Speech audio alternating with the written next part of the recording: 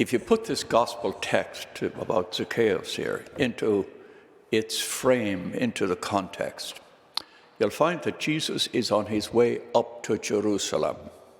It's the last passage in the public life of Jesus, and he's going up to Jerusalem for the last week of his life. He's passing through Jericho. Jericho is a very interesting place. It's said to be the oldest inhabited city in the world. 11,000 years ago, archaeologists discovered there was a settlement. There was a settled community in Jericho 11,000 years ago. And all through the centuries, Jericho was never abandoned. There were always people living in Jericho. And today, it's a fairly large place. It has a population of about 25,000, which is, I think, close to the population of South Pasadena. It's an Arab town. Palestinians control that area. It's in the West Bank. It's not in Israel. It's a disputed territory, a very painful area, known as the West Bank of the River Jordan. The climate there is rather interesting. In the summer, it's very humid, very warm, because it's 850 feet below sea level. It's the lowest city in the world below sea level. And keeping in mind, Jerusalem is like 1,500 feet above sea level. So when it said Jesus is going from Jericho up to Jerusalem, that's just 15 miles. A huge climb in 15 miles. Or in chapter 10 in Luke, you'll remember the Good Samaritan.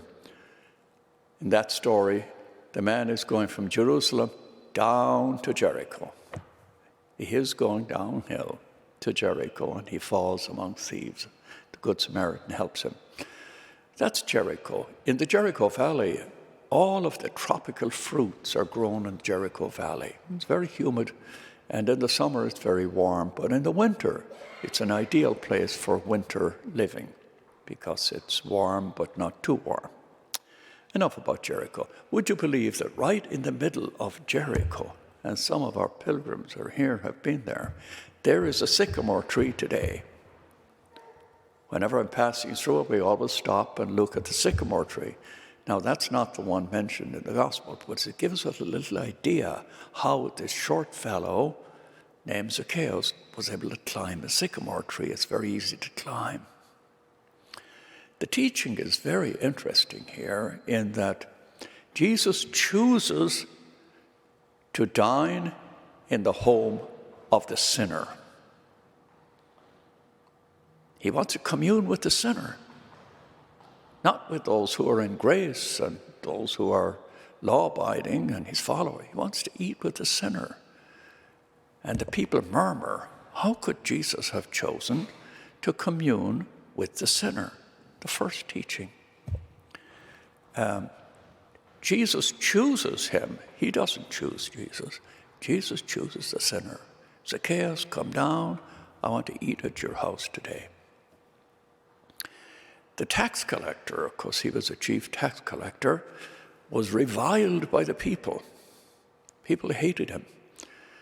He was collecting taxes for a foreign power, for the Roman Empire, and he was obliged by the empire to give them a certain amount in taxes. Anything over and above that he kept for himself. Therefore, he had leverage to overcharge the people. That's why he was so hated. But he was a wealthy man. Now, Luke tells us he was short. That just doesn't mean he was short in stature. It means he had a small heart. His heart was small. He was greedy. He was selfish. He was abusive of his people.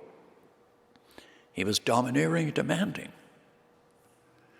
And then, when Jesus dined with him, he said, Lord, I give half my possessions to the poor. And if I have defrauded anyone, I will pay them back fourfold. He went from having a small heart to having a great heart. That's conversion. That's a teaching for us. Sometimes we have a small heart. We get resentful, we get picky, we get demanding, overbearing, maybe judgmental about other people.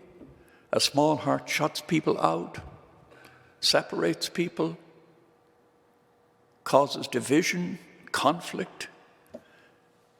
Even in a family, sometimes small hearts become divisive. The great heart is open. The great heart understands. The great heart gives back fourfold. The great heart shares. The great heart asks for forgiveness. That's the great heart. The small heart doesn't ask for forgiveness. So what Luke wants to teach us here is he becomes a follower of Jesus because he goes from having a small heart to having a great heart. That's wonderful teaching. I always reflect on this when we get to Jericho in our pilgrimage journeys. And it has a real meaning for us, even today. How do we follow Jesus Christ and move from picky, demanding, resentful, judgmental, shutting people out, small heart, to having a great heart? And Jesus is the example of the great heart. How great? He calls a sinner. He's not just a perfect person. He communes with the person who is struggling. It's a great teaching. And it could really enrich our day today if we thought, say, how do I move from having a small heart to having a great heart today? Amen. Pause now for a moment of prayer.